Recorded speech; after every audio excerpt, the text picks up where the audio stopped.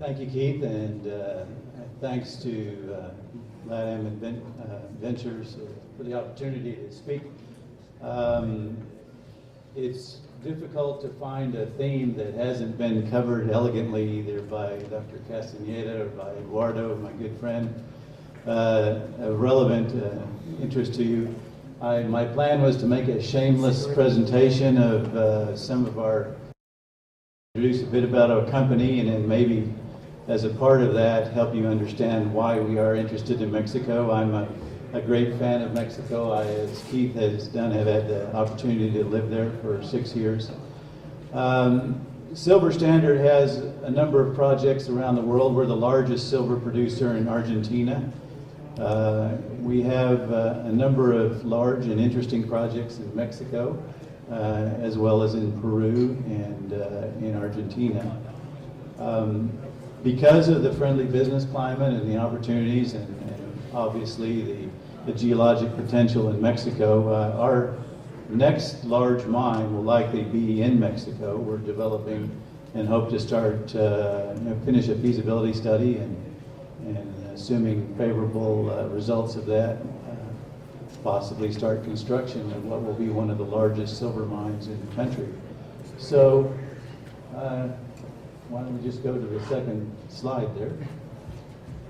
And again, you can see where our projects are, the circle around Mexico. Obviously, we have a project that we call Pizzeria, very large resource, between 600 and 700 million ounces of silver. And hopefully will be a large silver mine in Mexico with a life of over 20 years. We have one of the discoverers and people who developed that, Guillermo Lozano here, another well-known name in the mining industry of Mexico, who worked very hard on that. I hope to make him proud and make a nice mine out of it for him. Let's just do one more slide, and that would not be it. Let's do one more. There we go. Just a couple of details on what we think Pizzeria will look like. 16,000 tons a day. Actually, it would be a total movement of 200,000 tons per day. Again, this is an unusual type of mine for Mexico. The many very rich vein mines that there are in Mexico tend to be much higher grade and lower total production. This will be a bit of an anomaly, much akin more to a Peñasquitos type mine. So as far as the slides, that's all I'll present. What I'd like to do, again, everyone, including Dr. Castaneda and Eduardo, elegantly talked about a number of important issues, one of which maybe I would give a little bit of emphasis to, and maybe from a perspective of a Canadian company, as I'm sure Eduardo can appreciate, the bit of the dichotomy that has developed between two organizations which are very effective and both important in their own right, but maybe a bit of a confusion and an important decision for a new company coming in, and that's to look for an industry organization that represents you and helps you solve some of the problems you're going to have. The Canadian or the Mexican Chamber of Mines, which I had the honor of being a member of for a number of years, has a history of over 100 years and is a very, very effective entity in lobbying and representing the mining industry. I think, viewing from the outside a bit, the growth in the mining task force has been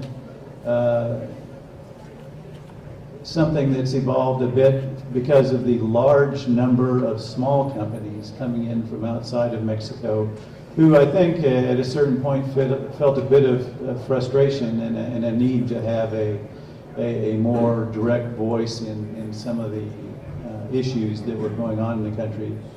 The decision that I think faces many of you who have interest in developing projects, I would just like to say, don't let it be one or the other.